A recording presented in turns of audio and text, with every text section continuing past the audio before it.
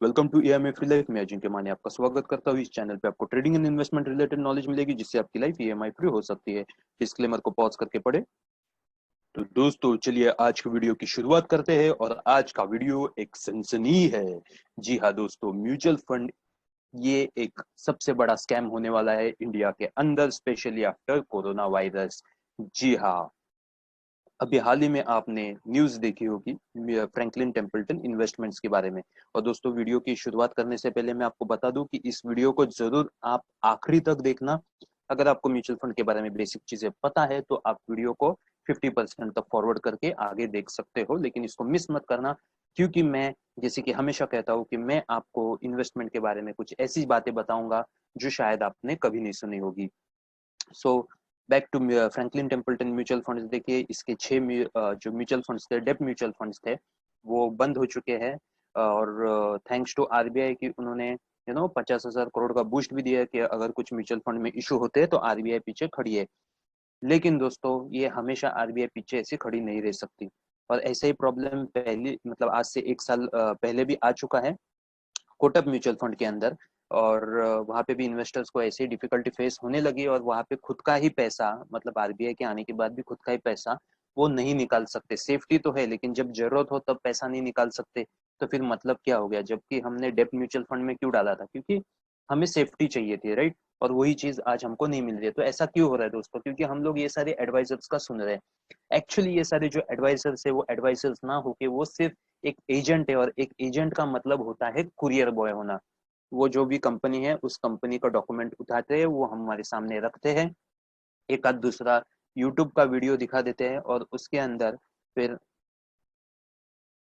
जो कि कोई सिर्फ इन्वेस्टमेंट के लिए कुछ मोटिवेशन दिखा देते हैं, और उसके बाद क्या होता है कि हम उसके अंदर इन्वेस्ट कर देते हैं। लेकिन अगर आप देखेंगे कि जो डेब्ट म्यूचुअल फंड है वो एक्चुअली है क्या, वो है उधार देना, राइट। तो ये एजेंट लोग जो है वो आपको कभी भी रिस्क के बारे में नहीं बताते। इनफैक्ट वो बोलते हैं कि ये सारा रिस्क फ्री है, आपको एलआईसी से ज्यादा रिटर्न दे देगा, आपको ये एफडी से ज्यादा रिटर्न दिला देगा।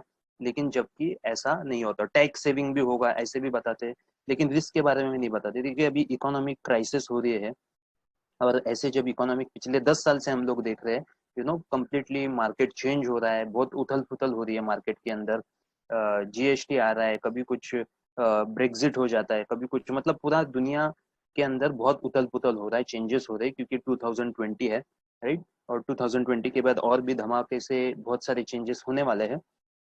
तो इतना जब चेंजेस होते हैं बहुत सारे कंपनीज डूबने वाले हैं, राइट। तो ऐसे रिसेशन के टाइम के डूबते हुए टाइम पे अगर हम किसी को उधार दे रहे तो क्या वो हमारे पैसे लौटा सकता है? क्या आप आपके दोस्तों को और फैमिली को ऐसे वक्त में उधार दोगे? डेफिनेटली नहीं दोगे, राइट। तो वैसे ही ये लोग उधार देने का काम कर रहा है जो कि रिटर्न्स नहीं दे सकता। अ, इसके अलावा मैं आपको बताना चाहता हूँ कि there is nothing mutual about mutual funds. So ऐसा मैं क्यों कहता हूँ, देखिए म्यूचुअल का मतलब क्या है, डेफिनेटली कि म्यूचुअल का मतलब है हम दोनों मिलके, राइट। लेकिन यहाँ पे अगर देखा जाए तो पूरा का पूरा रिस्क हम उठा रहे हैं, और जो भी मलाई है, ये जो भी कंपनीज है, ये पूरी कंपनीज मलाई खा रही है। कैसे, मैं आपको कैलकुलेशन करके बताता हूँ। सबसे पहली बात तो म्यूचुअल फंड के ऊपर आपका कोई भी कंट्रोल नहीं होता। कैसे कंट्रोल नहीं होता? क्योंकि आपका फंड मैनेजर चूज करने के ऊपर कंट्रोल नहीं होता। फंड मैनेजर हमेशा चेंज होते रहते हैं। फंड मैनेजर का फंड के ऊपर कोई भी कंट्रोल नहीं होता। क्यों नहीं होता? क्योंकि देखिए आप जब भी पैसा देते हो उनके लिए कंपल्शन होता है कि वो खरीदो, तो मार्केट ऊपर भी होगा और आपने पैसे दे दिए तो भी उनको जबरदस्ती महंगे प्राइस पे खरीदना होता है। मार्केट नीचे भी होगा तभी भी उनको खरीदना होता है। और जब भी आप पैसे मांग ले, ठीक है ना, अगर आपको रिडीम करना है तो उसको पैसे देने भी होंगे। तो म्यूचुअल फंड का कोई भी कंट्रोल नहीं होता। बाइंग कब बाय करना है, कब सेल करना है, वो सिर्फ लॉन्ग पोजीशन ले सकता है, वो शॉर्ट पोजीशन नहीं ले सकता। कोई भी फ्लेक्सिबिलिटी नहीं होती स्टॉक को सिलेक्ट करना। मतलब जैसे फंड बढ़ जाता है तो गवर्नमेंट के रूल्स एंड रेगुलेशंस आ जाते हैं कि आप पर्टिकुलर सेक्टर्स के अंदर या पर्टिकुलर स्टॉक्स के अंदर इन्वेस्ट कर सकते हो। तो जो हायर रिटर्न्स की फ्लेक्सिबिलिटी है वो नहीं मिलते। कंपलसरी मेंटेनेंस कैश करना होता है। मतलब मान लो 100 रुपए है तो 10 रुपए या 20 रुपए उनको कैश मेंटेन करना पड़ता है, क्योंकि बहुत सारे लोग कभी भी पैसा मांग सकते हैं, तो उतना लिक्विडिटी उनको रखना पड़ता है। तो आपका फंड जो है वो सारे का सारा इन्वेस्ट नहीं होता, वो कम इन्वेस्ट होता है, तो ऑब्वियसली रिटर्न्स भी कम ही आएंगे। अभी इसके अंदर हम लोग देखते हैं कि कॉस्ट क्या है, राइट। तो अगर जो विजिबल कॉस्ट है जो हमको बताया जाता है, ऑब्वियसली ये भी बहुत सारे लोगों को नहीं पता जो कि विजिबल कॉस्ट है, जो कि डॉक्यूमेंट के अंदर लिखा होता है, राइट। ज्यादा से ज्यादा आपको पता है कि भाई एजेंट वाला जो है वो एजेंट वाला हमसे कुछ चार्जेस लेगा, या फिर अगर हम लोग डायरेक्ट भी कर रहे हैं तो हमारा कोई चार्जेस नहीं होगा। लेकिन जब भी इन्वेस्ट होता है पैसा तो उसके कुछ चार्जेस होते हैं, उसको बोलते हैं एक्सपेंस रेशियो। एक्सपेंस रेशियो के अंदर दो तरह के चार्जेस होते हैं, एक होते हैं एएमसी चार्जेस। एएमसी चार्जेस का मतलब होता है कि जो भी प्रोफेशनली जो सर्विस दे रहे हैं पैसा मैनेज करने का, जो भी फंड मैनेजर है, ये उनके चार्जेस होते हैं, राइट। फिर उसके बाद ऑपरेशनल चार्जेस होते हैं। ऑपरेशनल चार्जेस का मतलब क्या है दोस्तों, ये चार्जेस है क्लाइंट एक्विजिशन, मतलब ये आपको एक्वायर करने के चार्जेस है, राइट। आपके ऊपर जो एडवर्टीजमेंट करने का खर्चा आया हुआ है, टीवी में एडवर्टीजमेंट, फेसबुक के ऊपर एडवर्टीजमेंट, गूगल के ऊपर एडवर्टीजमेंट, जो एजेंट का जो सैलरी है या उसका कमीशन है, एम्प्लॉयज का सैलरी है, जो भी ऑफिस का एक्सपेंसेस है, इतने बड़े बड़े ऑफिसेस हैं उनके, उसका सारा एक्सपेंसेस है, वो सारा जो अनप्रोडक्टिव चीज है जिससे कोई प्रोडक्शन नहीं होता, राइट, जिससे कोई कुछ मतलब पैसे नहीं आने वाले, आपको रिटर्न्स नहीं आने वाले, अल्टीमेटली वो खर्चा है। तो वो सारा खर्चा अल्टीमेटली किससे वसूल किया जाता है, तो ऑब्वियसली कस्टमर से वसूल किया जाता है। ये सारा विजिबल कॉस्ट है, लेकिन फिर भी कस्टमर को ये कॉस्ट नहीं पता, इसको बोलते हैं एक्सपेंस रेशियो।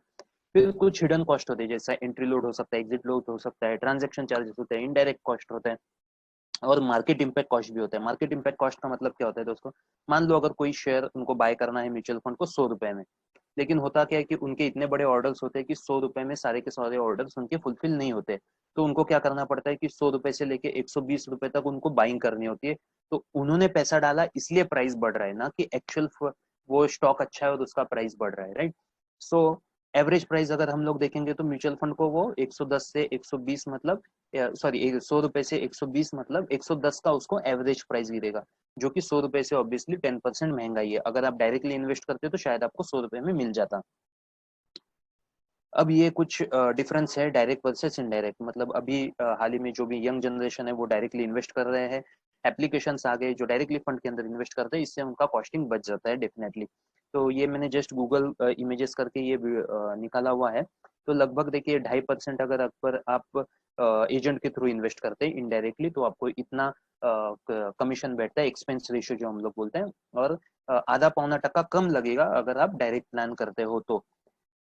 अब दोस्तों हम देखते हैं कि जैसे ये जितने भी एजेंट लोग हैं या डायरेक्ट भी आप कर रहे हो, यूट्यूब के ऊपर एडवर्टीजमेंट होते हैं और बहुत सारे यूट्यूबर्स या एजेंट लोग आपको बताते हैं पावर ऑफ कंपाउंडिंग। लेकिन जैसे कि मैं हमेशा कहता हूँ कि मैं आपको फाइनेंशियल इन्वेस्टमेंट के बारे में कुछ ऐसी चीजें बताऊंगा जो शायद आपने कभी नहीं सुनी होगी, इसलिए मैं आपको ये स्टोरी बताने वाला हूँ। जैसा पावर ऑफ कंपाउंडिंग आपने वीडियो भी देखा होगा कि जैसे चेस बोर्ड के ऊपर वो चावल रखते हैं और कैसा कंपाउंडिंग होता है, ये तो हर कोई आपको बता देता। लेकिन पावर ऑफ कंपाउंडिंग कमीशन ये आपको कोई भी नहीं बताएगा, ये बिल्कुल नई चीज है, क्योंकि ईएमआई फ्री लाइफ के अंदर we awaken your financial intelligence. तो आप पूरा यूट्यूब देख लीजिए या किसी को भी पूछ लीजिए, ये किसी को नहीं पता दोस्तों, ये मैं फर्स्ट टाइम आपको यूट्यूब के ऊपर बता रहा हूँ पावर ऑफ कंपाउंडिंग कमीशन। चलिए मैं आपको लेके चलता हूँ वेबसाइट के ऊपर कि कैलकुलेट करके देखते हैं कि ये कैसे काम करता है। तो चलिए मैं आपको कैलकुलेटर के ऊपर लेके आया हूँ। अभी मान लो हम लोग 10 लाख रुपए इन्वेस्ट कर रहे हैं, ओके, तो 2 4 5 6 10 लाख रुपए हम लोग इन्वेस्ट कर रहे हैं 20 साल के लिए। और म्यूचुअल फंड्स वाले प्रॉमिस करते हैं कि आपको 12 से 15% का रिटर्न मिलेगा, ठीक है। ऐसा होता नहीं है, ऐसा होगा नहीं, फिर भी मैं मान के चलता हूँ कि चलो सबसे बेस्ट उन्होंने रिटर्न दे भी दिए, 15% का अगर रिटर्न दे दिए तो कितना होता है, 1.1 करोड़ 60 लाख अप्रोक्सीमेटली रिटर्न आ रहे। लेकिन इसके अंदर जो मैंने आपको एक्सपेंस रेशियो बताया हुआ है, जैसे कि वो 2% है, ठीक है, तो ऑब्वियसली वो 2.5% है, तो वो 2.5% का 3% भी चला जाता है, मतलब वो एक्स्ट्रा तो पैसा आपका चला ही जाता है। लेकिन मैं फिर भी मिनिमम अगर 2.5% भी पकड़ू तो आपको 15% नहीं, सारा 12.5% रिटर्न मिलेगा। तो अगर आप देखेंगे तो आपको 12.5% मतलब सिर्फ 2.5% अगर रिटर्न कम हो रहा है तो आपको 1 करोड़ मिल रहा है, मतलब 1 करोड़ 60 लाख का आपको सिर्फ 1 करोड़ मिल रहा है। क्यों? क्योंकि उतना जो परसेंटेज है वो कॉस्टिंग के अंदर चला गया है। इसको बोलते हैं पावर ऑफ कंपाउंडिंग कमीशन दोस्तों, जो आपको कोई नहीं बताएगा। अच्छा, ये अगर 3% हो जाए तो क्या होगा, सॉरी 3% हो जाए तो कितना रिटर्न होगा, तो लगभग अगर आप देखेंगे तो लगभग 45% मतलब राउंड फिगर 50% ही पकड़ दो, तो ये इनके एक्सपेंस रेशियो की वजह से दोस्तों आपके रिटर्न्स 50% तक कम हो रहे हैं। ठीक है, अच्छा इसके अलावा मैं आपको बता रहा हूँ कि ये इतने रिटर्न्स देते भी नहीं है। ठीक है, अभी ज्यादातर क्या होता है कि म्यूचुअल फंड वाले आपको बोलेंगे, देखिए वो सारा रिकॉर्ड दिखाएंगे, पिछले 5 साल में इतना रिटर्न्स मिला, पिछले 10 साल में रिटर्न्स मिला, तो आप इसके अंदर इन्वेस्ट कीजिए, और ये सारा न्यूज़पेपर में भी आता है। लेकिन रेयर व्यू में कभी भी हमको देख के गाड़ी नहीं चलानी होती है, फ्यूचर में क्या होने वाला है वो हमको देखना होता है दोस्तों। तो हम लोग क्या करेंगे, हम लोग देखेंगे best mutual funds to invest in India, और हम लोग देखेंगे इन 2015। ठीक है, आज से 5 साल का पहले का हम लोग देखेंगे डेटा। ठीक है, तो मैं जस्ट ये कुछ एग्जांपल्स ले रहा हूँ, ये माई इन्वेस्टमेंट आइडियाज है या इकोनॉमिक्स टाइम्स का भी हम लोग निकाल रहे हैं। ठीक है, लीडिंग न्यूज़पेपर है। तो अगर आप देखेंगे यहाँ पे, ये देखिए top 10 mutual funds to invest in, Economic Times का है, और यहाँ पे इन्होंने लिस्ट दिया हुआ है।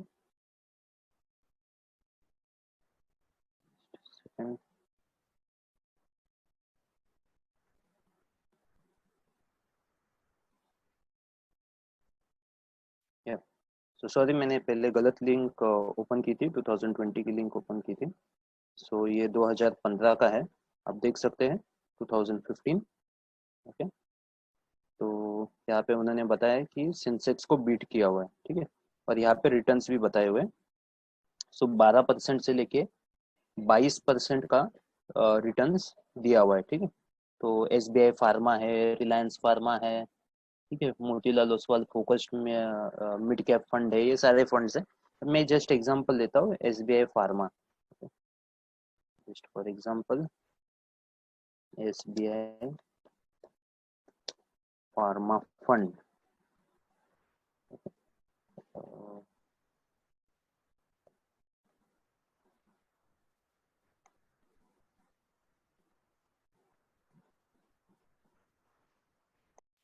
अभी ये सिर्फ नाम चेंज हो गया है, SBI हेल्थ केयर अपॉर्चुनिटीज करके आया हुआ है, और आप इसके 5 साल के रिटर्न्स देख सकते हो।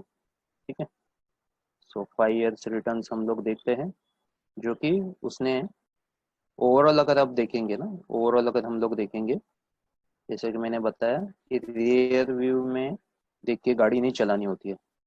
तो देखिए 2009 से लेके 2015 तक तो ऐसा उन्होंने अच्छा ग्रोथ किया था, लेकिन उसके बाद ग्रोथ क्या हुआ है, उसके बाद नीचे, राइट। तो यही होता है कि पिछले बार जो भी फंड्स परफॉर्म किया वो आगे परफॉर्म करेगा, ऐसा नहीं होता, ऐसा कभी भी नहीं होता, हो ही नहीं सकता। ठीक है, तो पिछले 5 साल का अगर हम लोग रिटर्न देखें, तो देखिए पिछले 5 साल का एब्सोल्यूट रिटर्न सिर्फ 4% है, और एनुअल रिटर्न 0.77%, मतलब लाइक नथिंग दोस्तों। ठीक है, अच्छा आपको लगा होगा कि अभी मार्केट गिरा है, तो मैं चलो मार्केट ऊपर भी था, फेब्रुवरी के अंदर मार्केट ऊपर था। ठीक है, सो मैं 2015 से लेके 01 फेब्रुवरी, ठीक है, जब सबसे मार्केट ने टॉप किया था, तब का ये अगर मैं रिटर्न देखूँ, तो देखिए फिर भी ये रिटर्न्स कम ही दे रहा है, राइट। सो दरअसल क्या है कि आपको जो भी दिखाया जाता है वैसा कभी भी नहीं होता। चलो ये फार्मा सेक्टर है, या किसी एक सेक्टर के बारे में हम लोग ने देखा तो ऐसा इशू हो सकता है। हम सबसे जो टॉप के फंड्स है वो देखते हैं। ठीक है, जैसे कि यहाँ पे लिखा है top 10 mutual funds to invest in India. Okay, तो अब देखिए ICICI Prudential focused blue chip, अभी ब्लू चिप सबसे ब्लू चिप फंड है ये। और इन्होंने क्या लिखा है, 20 लार्ज कैप कंपनीज में हम लोग, जो टॉप 200 में से भी टॉप 20 लार्ज कैप कंपनीज है, हम लोग उसके अंदर इन्वेस्ट कर रहे हैं, सबसे बेस्ट फंड्स के अंदर हम लोग इन्वेस्ट कर रहे हैं। तो अभी सबसे बेस्ट फंड्स का हम लोग परफॉर्मेंस देखते हैं दोस्तों। मनी कंट्रोल,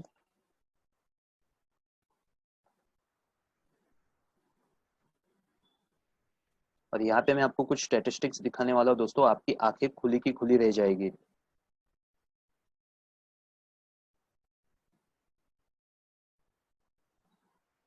अभी आप इसका पिछले 5 साल का रिटर्न देखिए दोस्तों।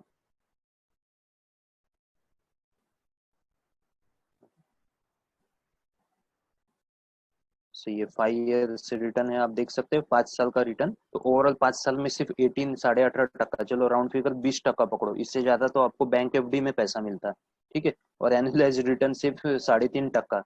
और आप इसका एक्सपेंस रेशियो भी देख सकते हो, ठीक है, यहाँ पे 2.05% ये एक्सपेंस रेशियो है, ठीक है। और 2.23 कैटेगरी वाइज। अच्छा, ये इन्वेस्ट किसके अंदर कर रहे हैं आप देखिए,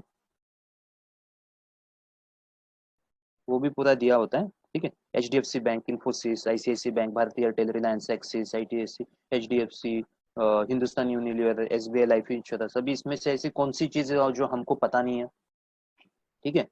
और एक्सपेंस रेशियो आप देख सकते हो यहाँ पे 2%, और आधा टक्का इसके अंदर बढ़ा दो, ठीक है।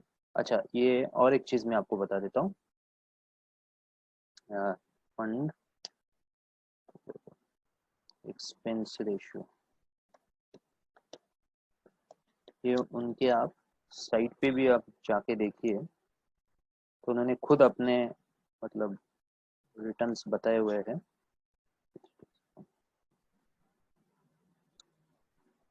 मतलब मेरी बात मत सुनिए आप, उनके खुद के वेबसाइट पे आप जाके देखिए कि वो क्या कह रहे हैं, ठीक है। अच्छा, मुझे पर्सनली ICICI से कोई दुश्मनी नहीं है, आप कोई भी फंड उठा के देख लीजिए, जो मैं एनालिसिस कर रहा हूँ ना, 5 साल के पहले का आप कोई भी फंड उठा के देख लीजिए, सबके रिजल्ट सही आने वाले हैं। ओके, तो ये जस्ट सेकंड, ये सही लिंक ओपन हुई है, ठीक है। सो ब्लू चिप फंड ग्रोथ, इसके अंदर आप देखिए, तो यहाँ पे इन्होंने एक्सपेंस रेशियो दिया हुआ है, ठीक है, यहाँ पे आपको दिख रहा है। चाहो तो मैं जूम करके आपको बता देता हूँ,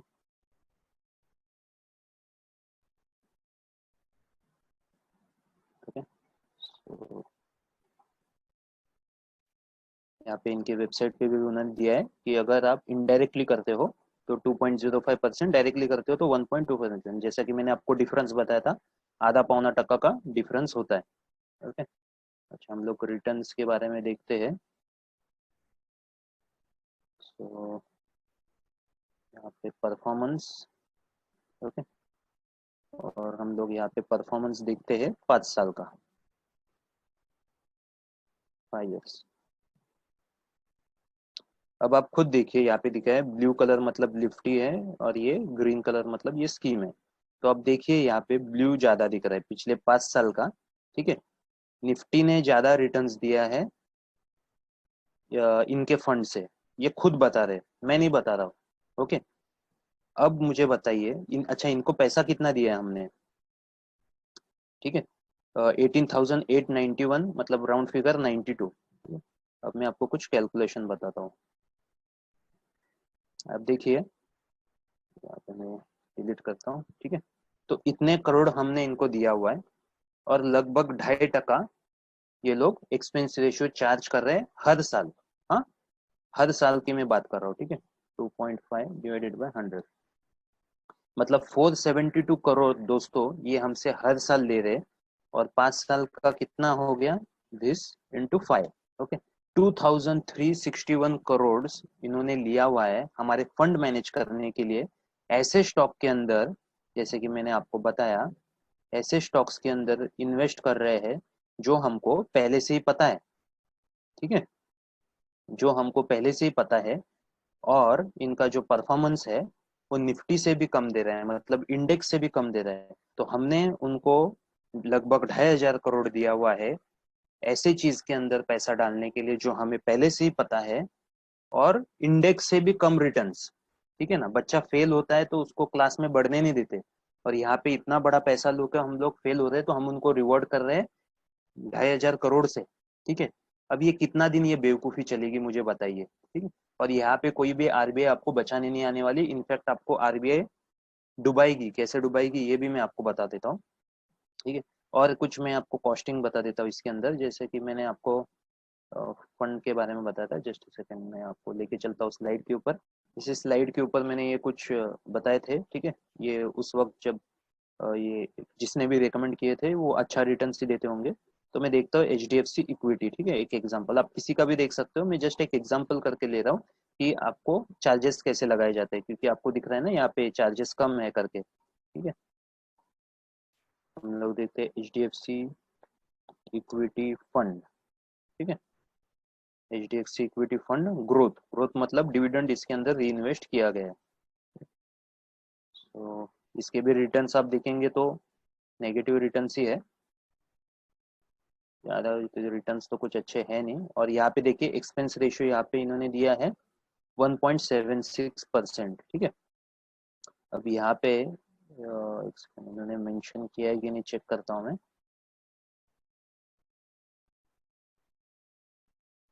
इनकी साइट के ऊपर होगा HDFC फंड एक्सपेंस रेशियो,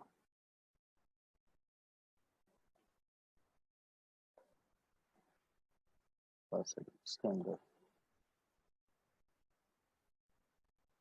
तो हमें यहाँ पे एक्सपेंस रेशियो दिखाई देगा।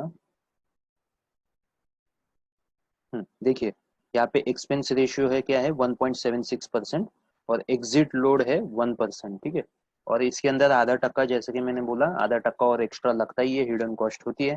तो लगभग 3% आपको लगने वाला है। जैसे कि मैंने आपको जो रिटर्न्स बताए थे 2.5 से 3% आपको एक्सपेंस रेशियो के अंदर लगता है, जिसके कारण आपके जो रिटर्न्स है वो आधे हो जाते हैं। अभी लेके चलता हूँ मैं आपको स्लाइड पे। तो दोस्तों आई होप आपको ये पावर ऑफ कंपाउंडिंग कमीशन पसंद आया होगा। अच्छा, अगर आप डायरेक्टली इक्विटी के अंदर इन्वेस्ट करते हो तो आपको कितने चार्जेस लगते हैं?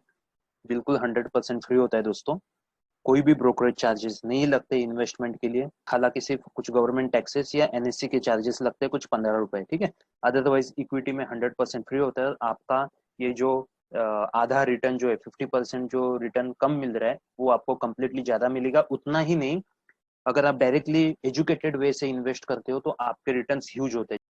अभी तो मैंने हॉरर स्टोरी स्टार्ट भी नहीं की है, ठीक है। रियल हॉरर स्टोरी अभी स्टार्ट होने वाली है, जो कि मैं आगे जो चीज आपको बताने वाला हूँ। अभी आप देखिए, अभी तो सिर्फ डेप्ट म्यूचुअल फंड का आपने जादू देखा है, ठीक है। अब इक्विटी म्यूचुअल फंड का कैसा होगा, इसके अंदर RBI कुछ नहीं कर सकती। इनफैक्ट आपको बहुत खतरा होगा आगे चल के, ये मैं आपको बता रहा हूँ। मान लो यहाँ पे किसी ने म्यूचुअल फंड के अंदर इन्वेस्ट किया है और मार्केट यहाँ से बढ़ रहा है, ठीक है। और जो भी आ रहा है वो म्यूचुअल फंड के अंदर इन्वेस्ट कर रहा है, जो भी आ रहा है वो म्यूचुअल फंड के इन्वेस्ट कर रहे हैं, मार्केट बढ़ रहा है। अब जितने भी लोग इन्वेस्टर माइंडसेट वाले जो लोग हैं ना, वो लोग काफी ओल्ड लोग हैं। अगर आप न्यू जनरेशन देखोगे तो न्यू जनरेशन इतनी इन्वेस्ट नहीं करती, वो खर्चा ज्यादा करती है और म्यूचुअल फंड के अंदर इतना इन्वेस्ट नहीं करना चाहती। ट्रेडिशनल लोग ही इन्वेस्ट कर रहे हैं। तो जैसे मेरे पेरेंट्स के ज़माने से लोग इन्वेस्ट कर रहे हैं, उन्होंने काफ़ी इन्वेस्ट किया हुआ है, ठीक है। तो वो जब इन्वेस्ट कर रहे हैं, अभी मान लो मेरे पेरेंट्स अभी रिटायर हो गए 2015 के अंदर, ठीक है। तो ऐसे कई सारे लोगों के पेरेंट्स 2015 से लेके 2025 तक रिटायर होने वाले हैं। और रिटायर होने के बाद वो लोग क्या करते हैं, इनकैश कर लेते हैं अपना पैसा। तो होगा क्या, मार्केट के अंदर जो है वो सेलर जो है वो ज़्यादा होंगे, ठीक है। और न्यू जनरेशन जो इसके अंदर नहीं उतर रही है, तो जो बायर्स है वो कम होंगे, ठीक है। सेलर ज्यादा बायर कम, तो होगा क्या, मार्केट नीचे क्रैश करेगा। और जबकि इतना ज्यादा पैसा जो कि म्यूचुअल फंड के अंदर ही है, ठीक है, तो होगा क्या, मार्केट नीचे नहीं गिरना चाहिए, इसलिए गवर्नमेंट रिस्ट्रिक्शंस लाएगी। गवर्नमेंट रिस्ट्रिक्शंस लाएगी मतलब जब आपको जरूरत हो तभी आप पैसा नहीं निकाल सकते। जैसा अभी डेप्ट म्यूचुअल फंड में भी हुआ, लोगों को अभी जरूरत है तो वो पैसा नहीं निकाल पा रहे, भले ही उनको सेफ बता दिया हो, लेकिन अभी जरूरत है तो अभी पैसा निकाल सकते हैं क्या, नहीं। तो मान लो आपने कुछ इमरजेंसी के लिए पैसा जमा किया, मान लो वो आपका रिटायरमेंट फंड हो, बेटे की या बेटी की शादी हो, या उसका एजुकेशन के लिए आपने पैसा इन्वेस्ट किया हो, और अगर वहां से मार्केट गिर जाता है तो रिटर्न्स कंप्लीटली खत्म। और गवर्नमेंट अगर नहीं भी गिराती तो वो फंड को लॉक कर देगी, बोलेगी आप इससे ज्यादा पैसे नहीं निकाल सकते। तो आपको जब जरूरत होगा तब आप फंड का इस्तेमाल भी नहीं कर सकते। तो होगा क्या दोस्तों, अल्टीमेटली जिस चीज के लिए आपने इन्वेस्ट किया हुआ है तो वो चीज आपको यूज हो ही नहीं रही। तो आपका ही पैसा दोस्तों आपको नहीं दिया जाएगा और आपका पैसा जो है वो कम्प्लीटली लॉक हो जाएगा, राइट। तो मैं चाहता हूँ कि आप ये सिचुएशन में ना फंसो, इसलिए जरूर आप एक एजुकेटेड डिसीजन लीजिए।